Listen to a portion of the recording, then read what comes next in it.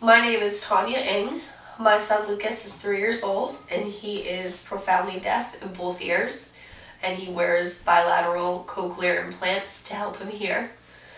When we first found out about his hearing loss, we were given a pamphlet in the audiologist's office that kind of outlined the resources is available to kids with hearing loss in Maine. And most of those resources pointed towards the Maine Educational Center for the Deaf and Hard of Hearing. I had done my own research and discovered auditory verbal therapy, and it really seemed to be to fit with what we wanted for Lucas. So I looked up auditory verbal therapy in Maine, and I found Hear Me Now, and I contacted Pam Dawson, and she came out and told us all about their program and what they offered, and it really fit with what we wanted for Lucas. We chose to give Lucas cochlear implants and to go primarily with the auditory verbal therapy path because we wanted him to have access to sound and language. Our thoughts were, we are a hearing family, it's a primarily hearing society. We wanted to give him access to that, but we wanted to make sure that he was as successful with that as he possibly could be. And so we really felt like going with auditory verbal therapy and helping him learn the importance of sound and how to use language and develop language was really important, since there's such a small gap where he can learn that language more easily. So we decided to go with that and to start receiving therapy through Hear Me Now, speech therapy through Hear Me Now.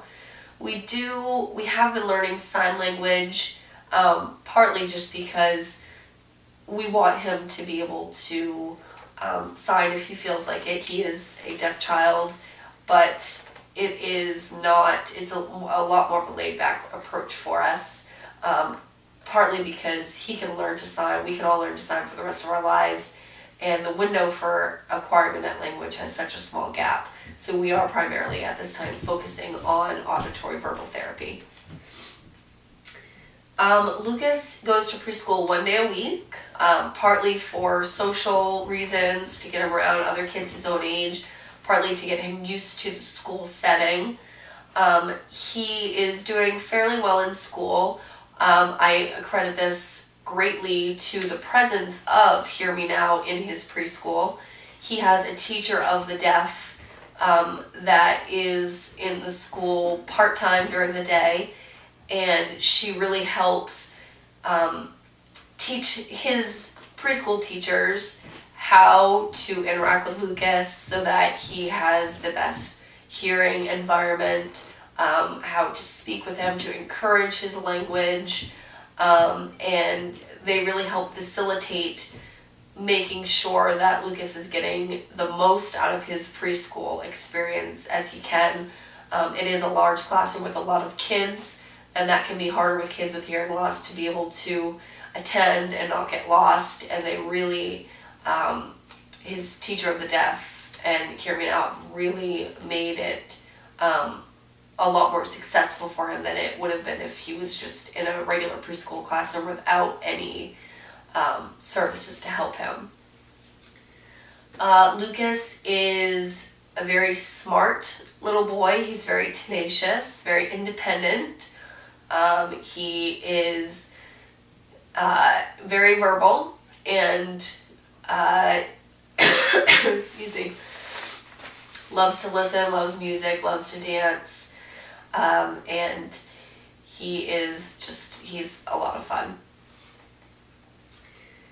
I have learned a lot about what is offered in Maine through Lucas and going through this process. He's now 3 years old, and it was a lot harder for me to find the information on auditory oral education when I first found out that Lucas was deaf. I really had to kind of seek it out on my own. It wasn't something that was freely provided to me, even from MECDHH. It was almost kind of discouraged.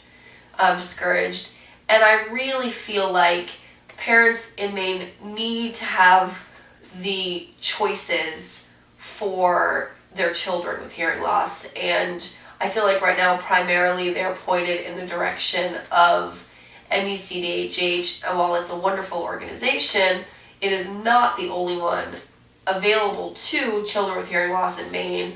And I really feel like more of the funding and more of the education for parents when they find out that they have a child with a hearing loss needs to be all inclusive. All of the options, I think, need to be provided and funded as well.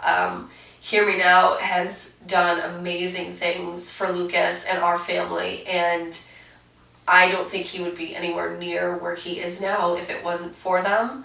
And it's a shame to me that they are really not supported as well as I think that they should be by the legislation in Maine.